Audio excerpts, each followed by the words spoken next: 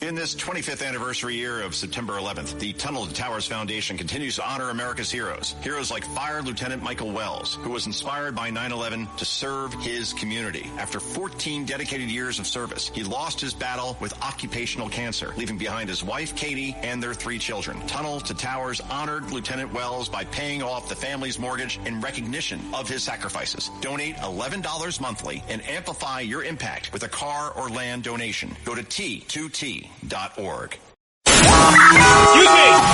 Taxi! This is the 77 WABC minicast. The one thing that we could do tomorrow, that the Secret Service could do tomorrow, and it would work, it would be a major step in the right direction, and it is the sterile conversation rule. The sterile conversation.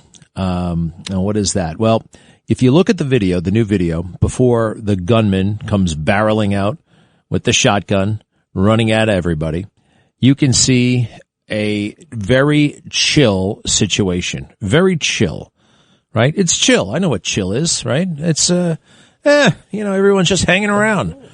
There's no alertness. There's no posture of readiness. There's no vigilance. There's just hanging around. I mean, the only thing that's missing is coffee and donuts, right? It's just, just shooting the breeze. Especially the TSA agents. They appear to be TSA agents. You know, they augment.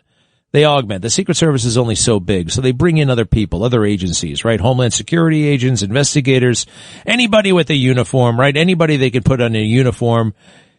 And there is a function here. It's a visual deterrence, right? But to be visually, to deter people visually, I think you have to have readiness. You have to have the appearance that you are ready, willing, and able to do something. And when with your hands in your pockets against the wall, it doesn't really convey that, right? It doesn't. So everybody is shooting the breeze. Now, you should not be able to shoot the breeze once you're in that uniform. Sterile cockpit rule. Airlines learned this the hard way. So before 1981, a lot of crashes, and we had the cockpit voice recorder, and they found out that pilots were often talking about things that had nothing to do with flying the jet, had nothing to do with their jobs.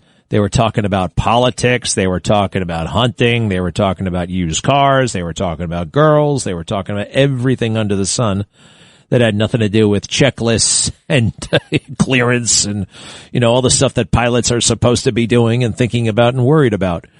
So they said, you know what? We should fix that. And they came up with the rule. It's called the sterile cockpit rule.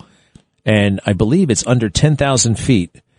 The pilots are not to talk about anything other than flying, right? You can't talk about girls. You can't talk about whatever. What are you going to do next weekend? You only could talk about the plane.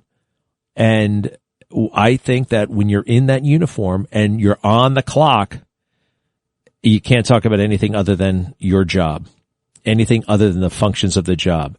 And will it be boring sometimes? Yep.